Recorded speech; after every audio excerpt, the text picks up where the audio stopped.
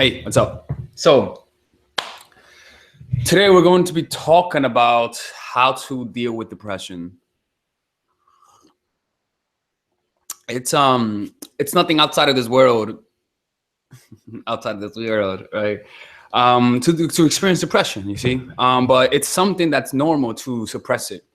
It's something that's normal to hide your depression because good morning. Because it's normal to hide it. You see, the front that human put up is the front of happiness. You know, when we're with our friends, we smile and we're just happy around them. But a lot of the times it's a forced smile. A lot of the times, a lot of the pleasures we experience are like I call it empty pleasure. You know, an empty pleasure that on the outside is filled with happiness, but on the inside it corrodes you. And sometimes it's even counterproductive. So that's what I want to talk about. And the reason why I want to talk about this is because I've been depressed as of late. You see, and I've always told you guys that I always say the outcome is always anticlimactic. You see, any goal you ever try to achieve, when you achieve the goal, there's going to be a moment of depression you're going to experience because your mind is going to naturally say what's next. You see, that's a normal human tendency. So this is something that's very interesting to me because being depressed consciously, you start to notice how the brain has a tendency to look for happiness in things. You see, and a lot of the times, like for example, like with my experience, you think because I know all of this shit, I'm never sad, right? You would think that, right? You would think because I know so much fucking shit about how to be happy, about how to change your thinking, that I would never be sad. That's actually quite the contrary. What tends to happen is that sometimes when you know too much, you got to stop knowing. Sometimes when you know too much knowledge, you got to let go and stop knowing. You see what I'm saying? Because we then use the knowledge that we learn as a crutch. You see, we use that as a crutch to feel better. Like for example, like yesterday, right? I was downtown Manhattan and I wanted to buy a book, maybe a book on happiness, right? And as I was observing myself desiring that book, I noticed that in my mind, if my mind had hope that if I buy that book, I'll feel better. You see? So what's going on here is that once again, I'm back into the same mode, which is looking for stimulation for happiness. Stimulation is not happiness. It's just arousal. It's the big difference. You're just being stimulated from different perspectives, stimulated for pleasure or stimulated for pain. Nevertheless, it's still stimulation. Stimulation doesn't bring happiness. And what's even funny is that when you use stimulation to hide your unhappiness, it enhances it. Superficially, it doesn't look like it's enhanced because it looks like the problem is fixed, but in reality, it's just being intensified. You're just making it worse for yourself. You're prolonging the inevitable, which is pain. And yesterday, I was walking home, and I was chatting with a buddy of mine. We because I was downtown, I was doing some work, and we started talking, and it made me feel better. Talking made me feel better, but this is once again the same problem. And it's not that you don't look for people to make you feel better, but that at one point or the other, you're going to have to confront it. At one point or the other, you're going to have to be by your own self and observe what you're trying to avoid. That's what's going to happen inevitably. And the longer you stimulate yourself with other people's support, which nothing wrong with it, but you have to be aware of how you're using their support. You have to be aware of it. You have to be aware of your intention, the way you're empowering them to empower you sometimes causes you to lose power. All right. So this is what I did, right? That's it. Like, for example, like if anyone's feeling sad, try this exercise with me. Okay. You're going to notice that when you feel sad, there's a certain energy inside of you. Like there's a sadness, right? And then there is a desire to not feel sad. See, like, you know, that like you feel the sadness, right? But then there's oh man, I need to do something. It's like a quiet tendency of something make me happy. Yes. Okay, maybe this will make me happy. Man, maybe if I go here later on, maybe this will make me happy. Like you're looking for hope for happiness. You see, you feel it. Like it feels like an effort, right? So what I did was, this is what I did, right? Right now, you feel sadness, right? You feel sadness, right? Right now, for 1 second, for 5 seconds, stop trying to feel better just for 5 seconds. Try it right now.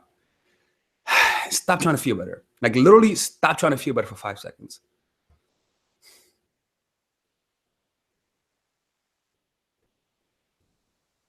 it's like what tends to happen is that you relax. You start to notice that in reality you were holding on to something, but as soon as you stop trying to feel better, you let go. It feels, and if you notice, as soon as I did that, my muscles relaxed, right? I relaxed. I took a deep breath, and it just shows you that I was more tense. I just didn't know I was tense, and that intensity, just like anything else, whenever you're stressed out, whenever your muscles tense, it tends to stay tense until you breathe into it and relax into it.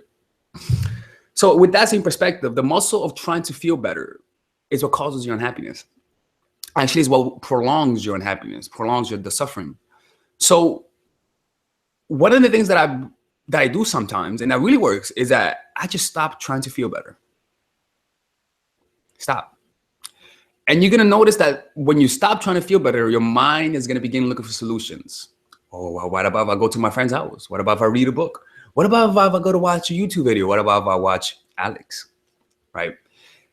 And you don't do any of it. You just don't do it. You just say, I'm not gonna feel better for 30 minutes. I'm not gonna try and feel better for 30 minutes. And there's a certain peace that you feel when you do that. That's one thing that I did. Another thing that I did is you feel the emotion of pain, right? You feel the depression, right? And that's because you're focusing on the object, the depression, right? And this is crazy.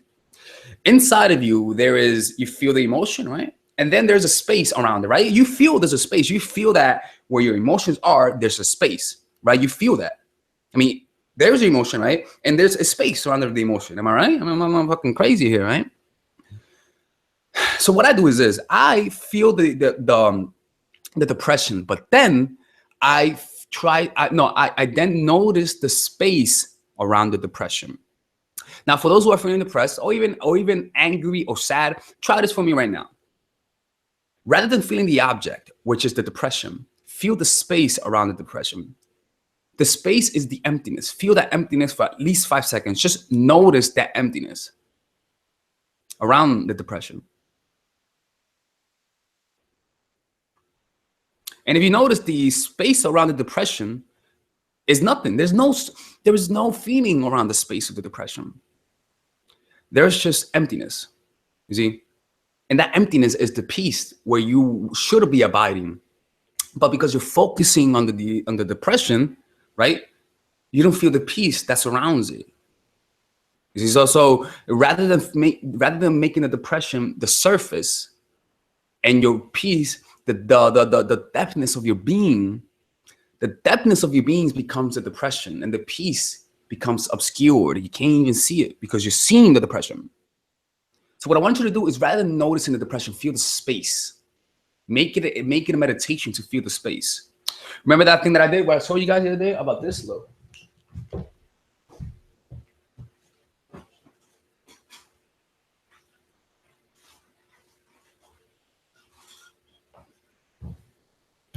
Remember what I told you about using this, the little clicker, right? For those who don't know, just watch the video on the meditations, like four videos before this. So what I use is to notice my breath, and every time I forget to notice my breath, I click it and I return to the breath. So what I do then is, okay, if I'm feeling depressed, rather than feeling the breath, feel the space around the depression.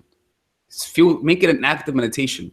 Anytime you forget, anytime you notice yourself, you return to the depression, feeling the depression, you click that shit and return to feeling the space around the depression. And there's a deep peace behind that. And I felt that today. I was like, oh, fuck, like, man, I feel sad, right? And I was like, I just stayed in bed. I was chilling. And I just did that. I was like, let me just observe the space around it. And when you're depressed, you feel like you can never escape out of it. But then when you do this, your state changes. It really does. But the goal is not to change the state of depression. Your goal should be this. Are you willing to, if you had to feel like this for the rest of your life? By the way, a video is being uploaded right now. Just to let you guys know, there's a video uploading. So in like a few minutes, you're gonna see the video being uploaded, and I'm gonna finish the live stream. So just be aware. So I always ask myself, if I had to live my whole life like this, will I accept feeling like this?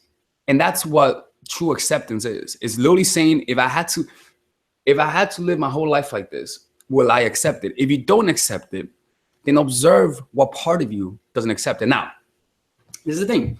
is that you think that there's a part of you that doesn't accept it, but that's all an illusion. But let me show you how. This is very interesting. When I tell you, when you try to find yourself, right? When you're trying to find who you are, like, me ask you this, show me where you are. You can't move forward or backwards or up and down to get closer to you. You can't. Like, to get closer to, even though you're still here, even though you're inside your body, you cannot get any closer to yourself. Like, you cannot go up, down, left, right to get closer to you, because if you go there, you're there. If you go up, you're up. So it's like there's no way you could get any closer to who you are. So when you know that, so looking inside you, when you look inside of you and you try to look for that person who you call you start to notice that there's nothing there. Because you feel depressed. Like, think about it, you feel depressed. I'm feeling depressed, right? Then who's the I that's feeling depressed? Okay, let's look for it. Let's look for that I. I feel right now an intensity of muscle tension in my chest, right? Okay, that's not me. Okay, around it, I feel tension. I feel tension in my shoulder. That's not me. Okay. I hear thoughts saying, "Oh man, I feel so sad today." Okay, but that's not me. Those are just thoughts. I see them. Okay, what the fuck am I then? I'm not the feeling, right? Because in reality, the feeling is a physical sensation. We just think it's a feeling. I'm not the thoughts, because the thoughts are just more neurological shit, firing and all that shit. So when you try to find yourself, you're not there. You're not there. You can't find it. You see? So then who the fuck are you? It's the one thing that's always been constant. For example, you in your life, the way living life is all about experiencing, right? Experiences. You have senses. You're feeling things. I'm feeling this in my hand. I see the screen on the TV, on the the fucking computer, right? But in reality, what was I saying? I've seen the screen, some shit, right? So life, so you have experiences, the objects, right? And in this case, the object is depression, right? But the one part of you, who you really are, is this. There's the depression, and then there's the knowing of the depression. Without the knowing, the awareness, the knowing, remove knowing, and suddenly there's no depression, because there's no way you can experience the depression. It's the knowing of it, right? And that knowing is self-generated by your consciousness. It's self-generated. And so what we tend to do is that whenever we experience a negative emotion, we tend to disidentify ourselves from it. We tend to say, this emotion is bad. It's not good, right? And we create an identity out of it. Oh, we don't like the feeling of depression, and we hate it. And we reject it. Little do you know, you're rejecting who you are, because that depression is being generated by your own consciousness. It's a part of you. You see, it's because without the awareness, there wouldn't be depression. So the fabric of that thing you call depression is in and of itself who you are. But you're never gonna see who it's your true self is being reflected through that depression. You see, but you would never really have access to that self unless you see it for what it is. You see, and so that's where self-hatred comes. That's where you begin to reject yourself, and that's where that emotion, rather than being part of you, becomes an enemy, and it corrodes your mind, it corrodes your thinking.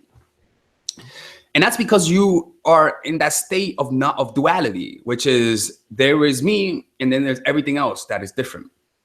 So this is what you gotta do. You gotta cuddle that emotion, like cuddling it. You know when you cuddle, like you make them feel warm. You love them. You hold them, right? That cuddling is in a way of awareness, seeing it, rather than saying fuck this depression. You see it for what it is. You see yourself there. You see, you don't see it as an object that's outside of yourself and that should be eliminated. You see it as an expression of consciousness. and you become conscious of it and you feel it fully. And that's the part that people don't understand, is that accepting it is feeling it completely, not suppressing it, not trying to distract yourself, which those things are not bad. But when they become the crutch, then when they become the way to feel better, that's when they begin to cripple you. So what I began doing is I just began to smile at the sadness, smile at it and feel it. And it doesn't change it, but it does remove the suffering. It does allow you to have a clear mind, that even though you feel that depression, you have a clear mind. Like, you're just observing it. It's like in any object in your experience, it's there, and you have compassion for it, and you're allowed to be there. And any moment that I try to feel better, I relax, and I try not to feel better. You see, and that's what's gonna work with it. And again, everyone's unique.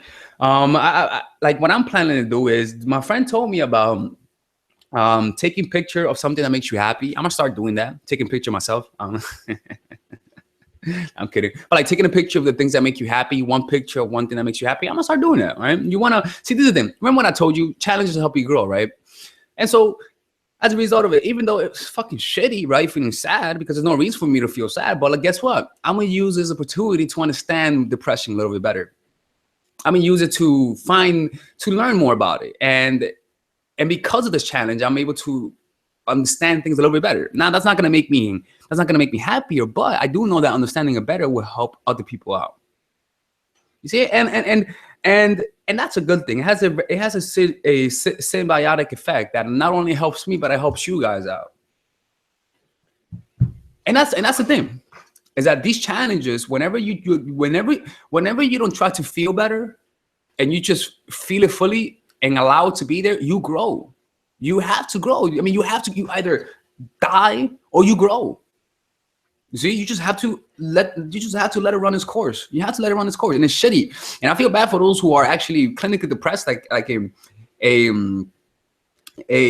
brain, some shit, right? But guess what? Because of that, then you have another opportunity to grow. You have another challenge that you gotta use. For me, my challenge when I was little and beautiful was that I couldn't focus. I always had bad grades. I couldn't focus, and so that made me be more hungry to learn more. That made me angrier, and so as a result, I always try to understand. I always try to overcome that limitation that I felt. But the thing is that if you never had limitations in life, you're never really gonna know how strong you really are. You see, like right now, I'm practicing pickup, like approaching women. Let me tell you something. Nothing's more depressing than that. Nothing's more depressing than that. Like the thing that let me tell you, the shit, I really forgot how fucking difficult that shit was to learn pickup. I really forgot how difficult that shit was, because that shit brings so much depression. So much depression you feel when you do this, because you get rejected left and fucking right. You guys think talking to a guy is something, getting rejected? Imagine getting rejected thousands of times. And smiling, coming out of that shit, smiling, feeling good about yourself, right? That shit is real, and I'm excited about that, because those are the moments that you grow. You see, those are the moments that you grow, and that's why guys who practice this, they're privileged to practice this, because women don't have this opportunity. You women don't have this opportunity to actually be able to experience these things, experience the pain of being rejected in order to grow from it, because you just don't have the opportunity that guys have. Now, mind you, it's crazy. It looks like it's a good thing the way I'm talking about it, right? It looks like it's a good thing, but it's a good thing because it's coming about from a healthy mentality. If you had an unhealthy mentality, you would say, fuck that shit. You guys have it really bad because you guys got to get rejected. But the way I see it is, we have it good because we have a fucking challenge that we could use to grow. We have a challenge that we can say, you know what, I'm done. But at the same time, if you want to be challenged, you could go at it and try it and learn how to become more emotionally intelligent. So it's a challenge that's good, but at the same time, it really permeates your ego and it hurts. But that's the point. Like, when I talk on my videos, you guys think it's easy for me to do this. It's easy. Oh, he just knows this. He's lazy. But you don't, a lot of you guys will never understand the amount of sacrifice it takes to actually learn this. Not learn it to fucking reading books, man. Not learning it through, this is a good book. The Transparency of Things by Rupert Spira. Amazing book. Not learning it through reading it, but learning it through practice. Learning it through learning how to overcome your own depression, your own rejections. And that's why I focus a lot on mindfulness, because again, if you never practice this, you will never know the hardest part. The hardest part is not learning how to get the God. The hardest part is learning how to accept yourself and learning how to let go. That's the hardest part. Everyone could get someone, but the hard part is letting go. The hard part is overcoming your self-doubt. And so when you're looking at it from an outside perspective, for example, never really knowing how it is to actually get good at girls, never really knowing how it is to actually deal with dating at an intense level, where rather than just meeting one person a week, you meet hundreds of people a week, interact with hundreds of people a week. That's an experience for that most people, that's like a life experience for 100 people in one person when you practice this at an intense level. So that's where all of this comes from. And again, you guys say, oh, I'm a genius, but it's not genius, man. I'm telling you, I'm not a genius. This is just something that it's out there. You just have to be willing to face the challenge. All right, fuck that shit. This comes with depression. This comes with sadness. Fuck it. I'm learning this. I don't give a fuck, right? And having that intense determination and going with it. Because nothing in life is easy, man. Nothing in life is easy.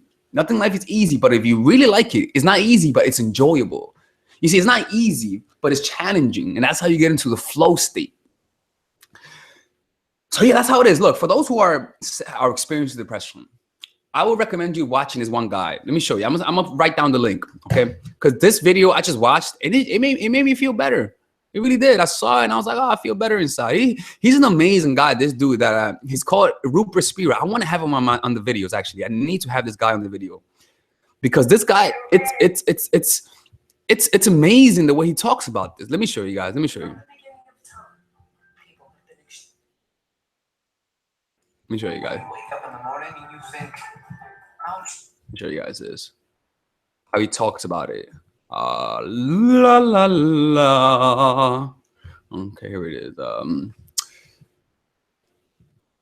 me show you guys. I want you guys to listen to it. He's amazing at this. Amazing. He fascinates me the way he talks about this. And it's fascinating that most people don't know about this guy. It's this very subtle change of focus. Nothing changes. You don't have to escape the feeling. Right there, shining, not buried in the heart of the feeling, but on the surface of the feeling. The light of your own being is shining. Just give that your attention. See that, see the knowing, rather than the known.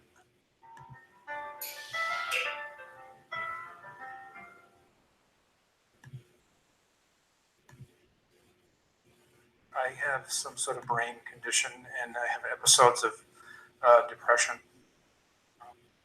where I'm just in bed sleeping for extended periods. And when you're just... When I'm... sorry, can you repeat that last bit? That I'm in bed for episodes, for long periods where I'm just fundamentally immobilized. They're episodic, they come and go. And the question I have is, when I'm in that space and that when I'm so heavily identified with the depression. Can you guys hear him well? Let me know. I can't access the knowing. There's just there's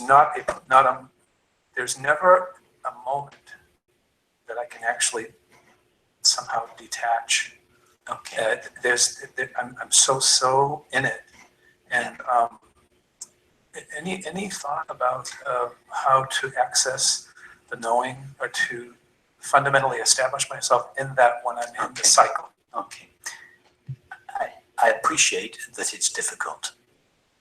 However, what you're saying is when a black image appears on the screen, yes, the screen disappears. Exactly. When a black image appears on your TV screen, Does your screen disappear? Does the black image obscure the screen? It doesn't.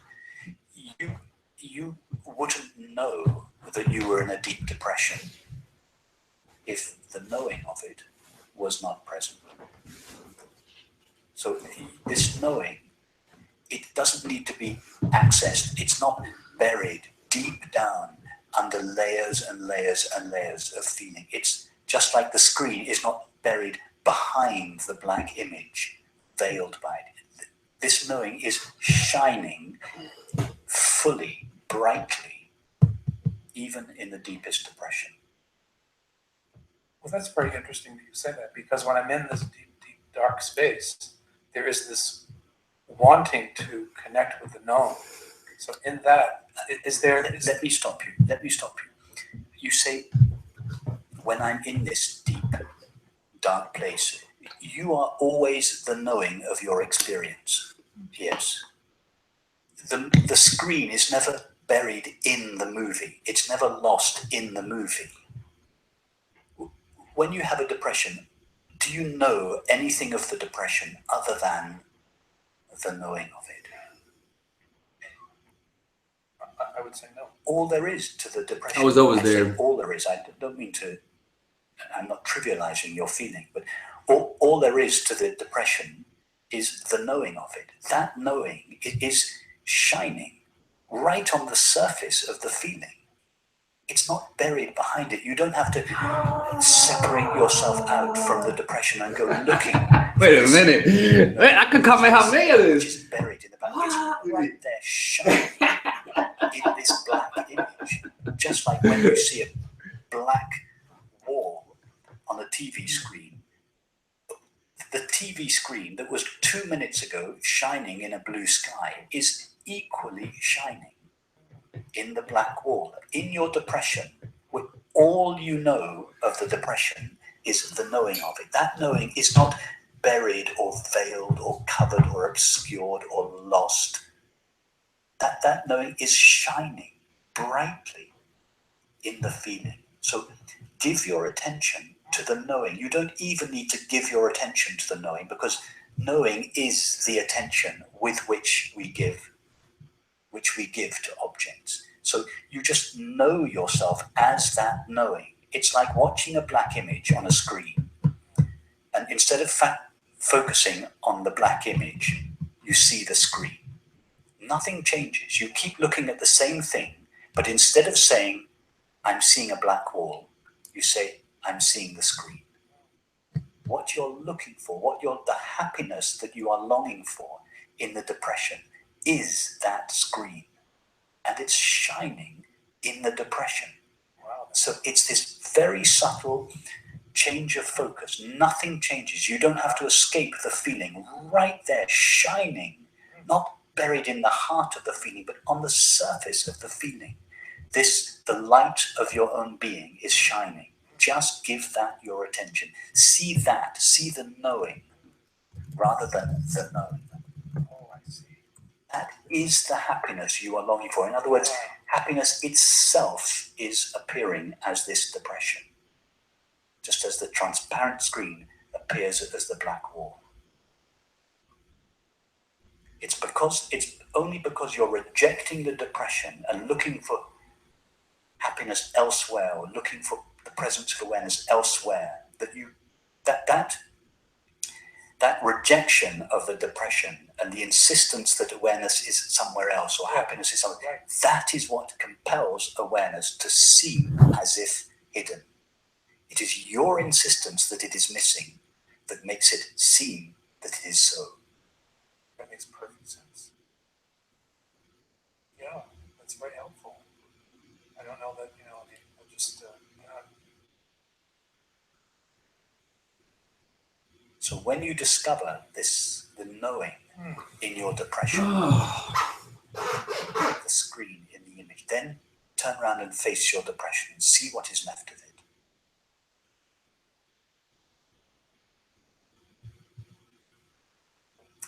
thought occurred to me to ask myself the question, am I willing to be depressed for the rest of my life? No, but What a thought. It's not, are you willing to be depressed for the rest of your life? Because if you discover this knowing in the depression, in other words, if you discover the screen in the image, the depression can no longer stand. Because depression is unhappiness. It can no longer stand when you've seen the knowing. That's why I say, look back at the depression and see what remains of it. You won't be able to find it right there. Right, the depression itself, the feeling itself, will have been revealed. The true substance of the feeling will have been revealed, which is happiness. Happiness is the substance of all feelings, even our deepest depression. Well, it doesn't last. It never lasts. It doesn't last, but the knowing is eternal. Stay with that.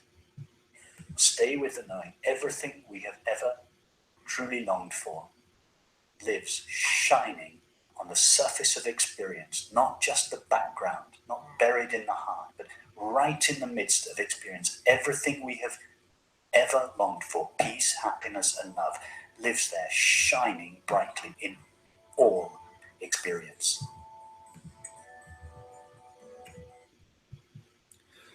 Yep, and he's actually a very good teacher, yo. An extremely good teacher. He's not known too much. Like a lot of people don't know much about him. But he, like, the way he explains those things, like the way he explains about mindfulness and presence and all that sort of stuff, he makes it very, very clear. Like his book, any book on him, like Rupert Spira, go check him out. Like they're all he deconstructs consciousness, like deconstructs presence and all that sort of stuff. And like he's very good at explaining non-duality, you see, and it's amazing. It really is amazing, you know. And it's crazy. It's kind of like a lot of the times our instincts that we have isn't conducive for happiness. The instincts, you know. I was talking to a friend of mine, how I was telling him that the mind is not really here to make you happy. The mind is just here to help you survive. You see, it's a tool that we developed, an advanced tool. Actually, the tool that we have that's the equivalent of physical strength that we use to literally take over the world. But that tool is not here to make you happy. That tool is just to make the human race thrive.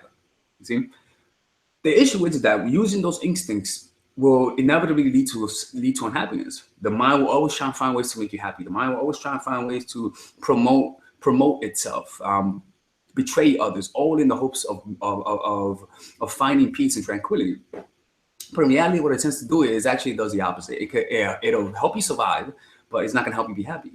You see, then the happiness part comes from another party that's outside of the mind, that's deeper than the mind. You see, it's the all-encompassing space where the mind lies. You see, because the mind is part of the brain, right? But as soon as you die, you're not there no more. But the brain is still there. The mind is still there. The faculties to think is still there. All it needs is an animating force, which is life, to animate it. And suddenly you have new thoughts. But that's the thing that doesn't make you happy. It's what animates that keeps you happy. Now, how do you do this? You got to first focus on the animating force.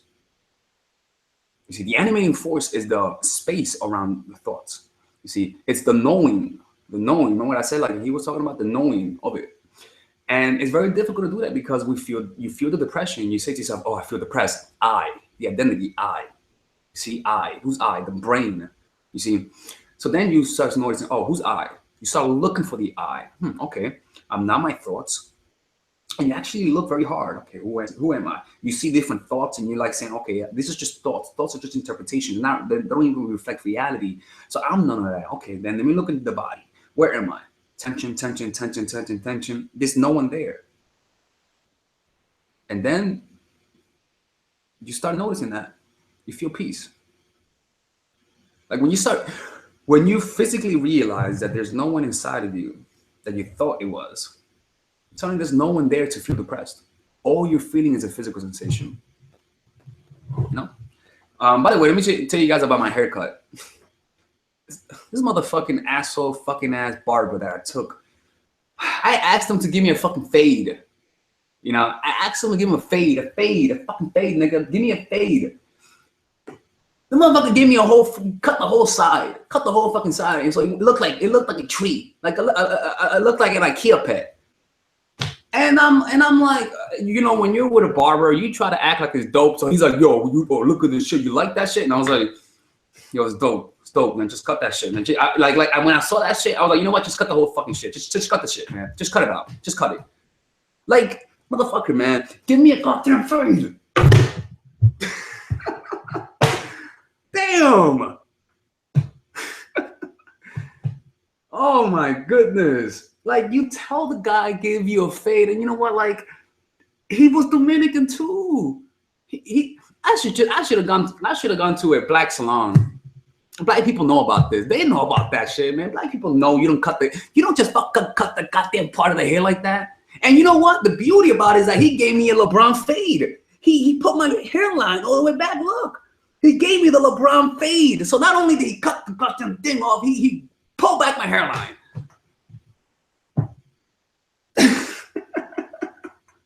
So when I was walking back home, I was like, oh my God, I was so pissed off, yo. I was so pissed off. And he was excited. He was like, yo, man, you looking dope, man. Our haircut's looking dope. And I was like, yo, take my money, man. Just take my money. You know, because when you're with a barber, you never tell your barber you're pissed off at the haircut. You never tell them that, you know? You never tell them that. But, yo, this motherfucker, man. Like, and you know, and what pissed me off, though, is that everything was going good because he put me facing the mirror, right? It was like, oh, okay, good. And then he turned me around.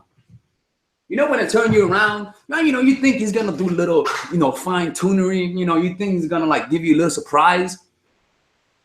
Turn back and the shit is fucking off, man. Oh, my God, yo. I mean, I definitely, when I was walking back home, I was like, I cannot believe this shit. I was like, I cannot. Like, when I got back home, my dog was pissed off because my dog didn't recognize me. She was like, bark. And I was like, it's me, Missy. She's like, bark. She started running away from me. It was like, oh my goodness, yo. Oh my God, yo, man. You see, as you guys can see, it was easy to identify with the hair. You see, I created an identity. And again, look, if you're not aware of it, you begin to identify with your hair, and it becomes very difficult to cut your hair, you see. So if I wasn't aware that I was identifying with the hair, when I lost my hair, I would have been even more pissed off, you see. So as I was growing my hair, I was noticing that I liked it a lot, but I was noticing that I was becoming very attached to it. It's all about the awareness. When you're aware of it, you're able to let go a lot easier. Doesn't mean it's easy to let go, but you're just able to let go. And when he cut that hair, I mean, I was pissed off. I'm not gonna lie, I'm still pissed off right now, right? I'm trying to buy a wig. I don't think a wig is gonna work, you know. But it just made me wonder, like, that's why people resist change. I got used to that look.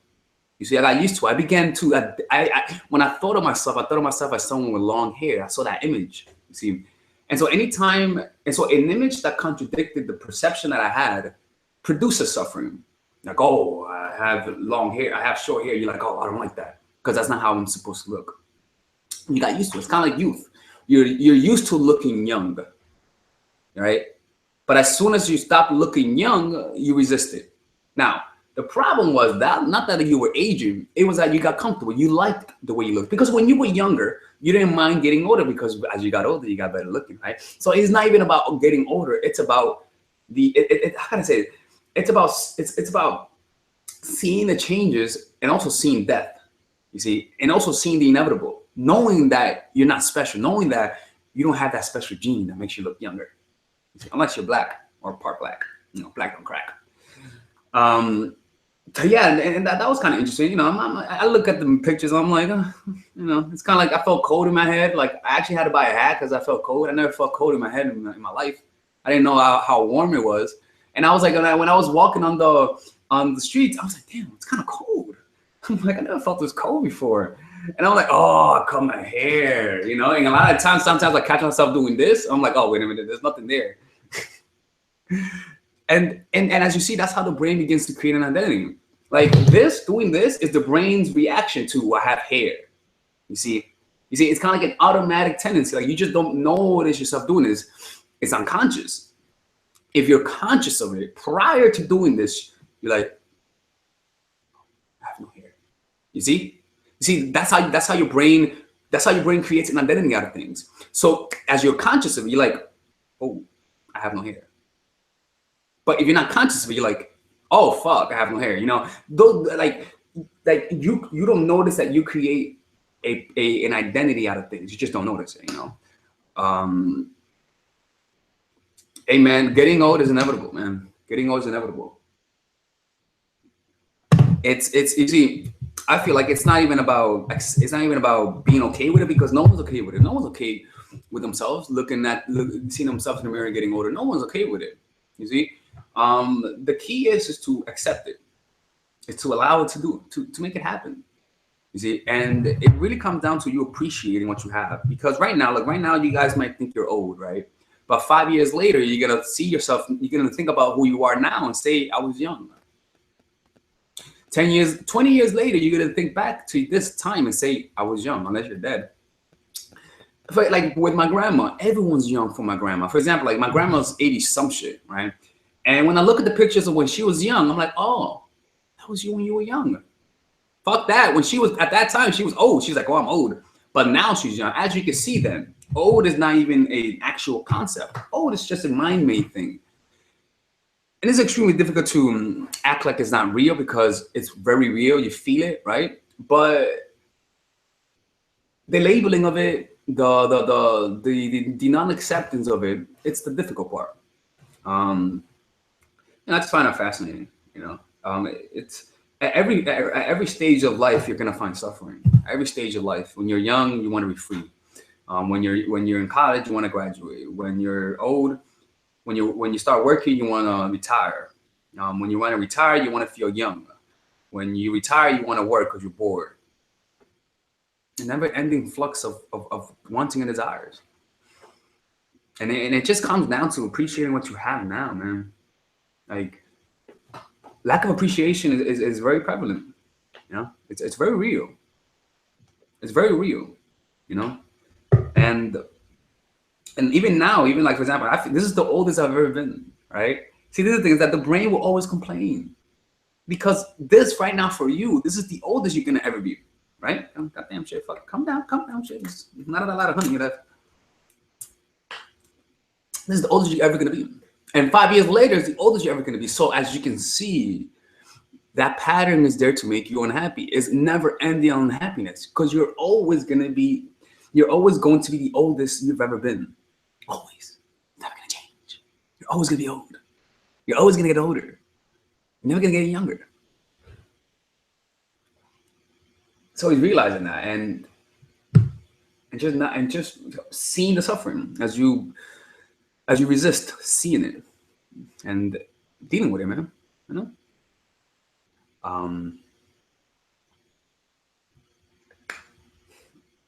Anyways, this is it. I'm going to be uploading a video right now. Take care. Goddamn, take care, shit.